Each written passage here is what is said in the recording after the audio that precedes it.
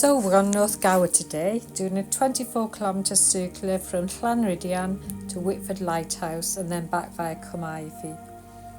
Gower Coast Path was actually the first long distance hike Harri and I did together back in July 2007. Then it was a few years later that Harri was commissioned to write one of the first Wales Coast Path books. We did Carmarthen Bay Gower, and then I think it was about a year later we did another one which was circular walks along the Wales Coast Path, and that again was Carmarthen Bay Gower. So we did get to know this area quite well. Unfortunately, 14 years after it opened, and there are sections of the Wales Coast Path that are rather overgrown. One of the problems is that it's not a designated national trail, which means all 22 local authorities in Wales are responsible for their own sections. Harri's a good Samaritan here. He takes his secretaries out with him when we go walking or when he's running, and he cuts back as many brambles as he can. Meanwhile, I'm busily eating the blackberries. There's been so many this year, it's been wonderful. Every time I go out, I'm munching away. Isn't this a beautiful field? Look at that glorious footpath in front of us. I don't know whether you can just about see there's another hiker. We later passed him. He was clearly rushing or hurrying to join some friends. We're trying to do as much of the Wales Coast Path close to where we live as possible. Just in day walks really. Harri's downloaded the Wales Coast Path app and he's enjoying seeing the percentages go up. I think this was about a half an hour drive, 35 minute drive from our home, and that's the opposite side of the estuary towards Porth, Bury, Port and Pembrey. It really is beautiful. This north side of Gower is much less touristy. You don't tend to get so many people here. I mean, you do see walkers, but the beaches are so empty, and you've got this big area of salt marsh which is grazed by, well, sheep, mostly sheep at the moment, but we have actually previously seen wild ponies down here. Isn't it a fascinating landscape? I do love sheep. I would say I miss sheep when we were in Portugal, but actually there were an awful lot of sheep in Portugal. It wasn't something I expected to see, but they were everywhere. And goats, and they have the old-fashioned shepherds walking around with them. No sign of any shepherds here today. I did get quite excited actually when I saw this boat because I thought I photographed it years ago before it was full of mud and vegetation, but now looking at it I'm not sure it's the same boat. But you can see how long that one's been there, can't you?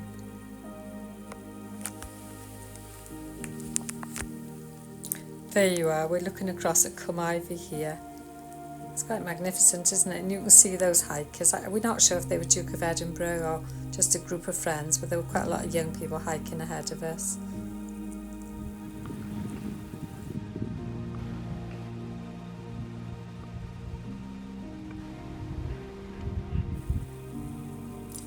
I have a little story to tell about this gate in front of Harri.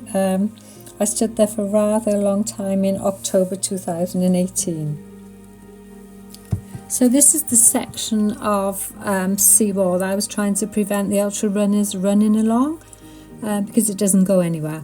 The first 4 fast runners had run down here, realised and came back and told me to stop everyone else doing it because in the winter of 2013 and to 14, which was particularly stormy, the seawall was breached and the sea just poured across this area. It's now all salt marsh.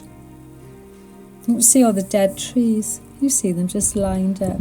I find this fascinating because they're still there. They just stood up, but they're all dead. And you can see the live trees behind. It is passable at the moment. The mud is quite dry down there. You could get across the little bit there and then across the channel on some stones. But the person I'm with is a bit of a wuss, I won't do it. I am a bit of a wuss.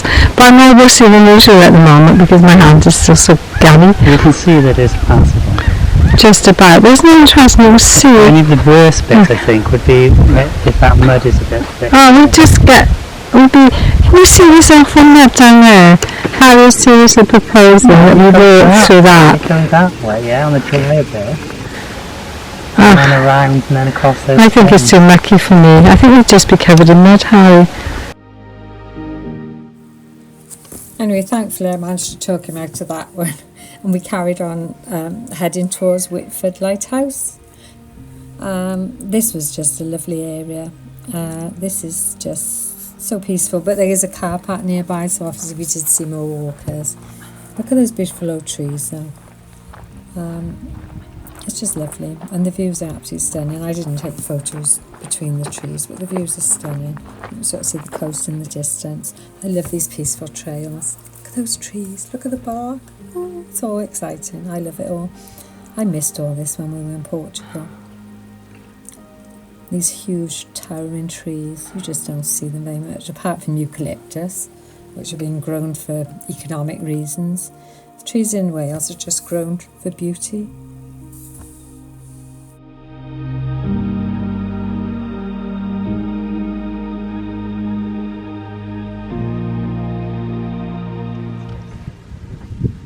Hello, little cutie pie. Hello.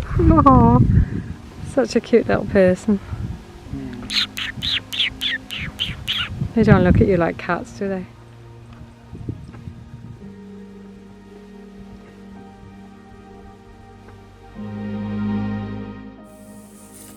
So we're rapidly approaching Whitford Point, which is on the estuary more or less opposite Buryport. As you can see, there's no one around. We've seen a few walkers, but they all seem to have disappeared again at this point. It's so peaceful and beautiful. Look at the lovely little clouds in the sky, and the pine trees and the sandy trails. There's nothing not to like, is there? We're so happy we're back in Wales, especially on days like today.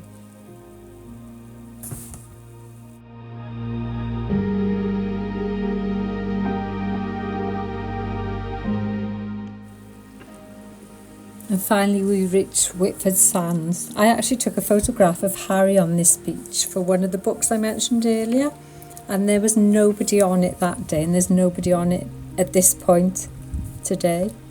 This is Whitford Lighthouse. As you can see, it's actually in water at the moment. I think I should tell you something about this amazing place. It's actually Grade 2 listed. It's a scheduled monument. It was constructed in 1854, and I think it was first lit in 1865, and it was automated in 1919.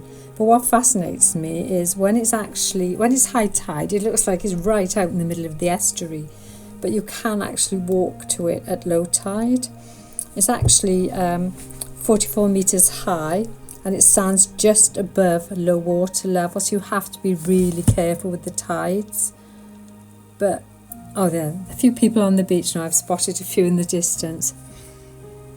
But going back to the lighthouse, you can see people, and I've zoomed in, you can see some people out there, and there were, I think, are they the ones with waders? But the beach behind is Kevin Sheeden, which is the beach in Pembrey Country Park. And we're walking around now, you can see, it looks a little bit farther out at sea now. Farther out at sea. But you can see the tides coming in now, and when we did walk out there several years ago now, I was absolutely terrified. The whole time we were walking out there, I was terrified the tide was going to come in and cut us off. But as long as you're careful with the tides, it's perfectly safe. I know I've mentioned it before, but aren't these little clouds cute? Cumulus, I think, are the ones that don't indicate rain. They're just so pretty. In fact, in many ways, I prefer some clouds in the sky. In the Algarve, you tended to get wall-to-wall blue sky, but I think this makes it more interesting. And now that's Harri heading back towards Carmarthen. We sort of done a bit of a loop, really. It was quite a loopy walk. I got a bit confused because when I saw Carmarthen again, I thought it was a different tour.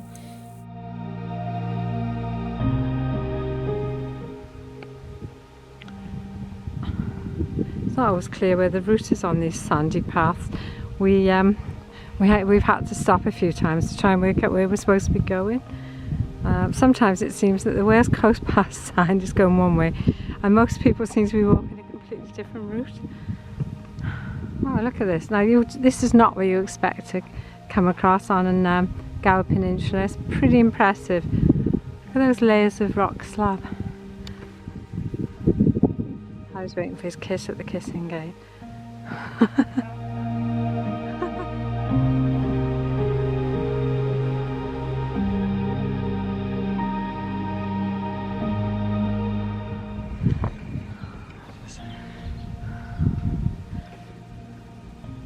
You're not going to be sheep and follow? Oh. Very pretty little church here, look. Is that pretty? What are the sheep doing? Oh dear, no, they're going to carry on grazing. This is actually Sheraton Church, just up the road. Very pretty churches on Gower. Very pretty churches in Wales generally, actually. They're quite small, but they're quite ornate. I don't know anything about this, but it's very pretty, isn't it? This is, I think we're having another little go at cutting back the some of the brambles that are dangling, the tendrils that are dangling from the sky. I mean, honestly, some of these footpaths are pretty good compared to the ones around us. They're much better. And I've just spotted another little sheep. I think I've gone a bit crazy on trees, clouds and sheep since we've been back. Oh, it's just on his own. I don't know where everyone else is. As long as there's not a bull in the field, I don't usually mind walking through fields full of animals. And I did feel a bit sorry for these horses. There's very little to graze on now. Look at the alpacas, though. We just stumbled upon this alpaca farm. The lady told us she takes people out for walks with them and people feed them. And I thought it was for kids, and then 3 adults appeared. This is our second old phone box of the walk. The last one was a book exchange, and this one's just empty. I think it's locked. Anyway, thank you so much for watching and listening. If you do get a chance to visit North Gower, please do. It's a beautiful place.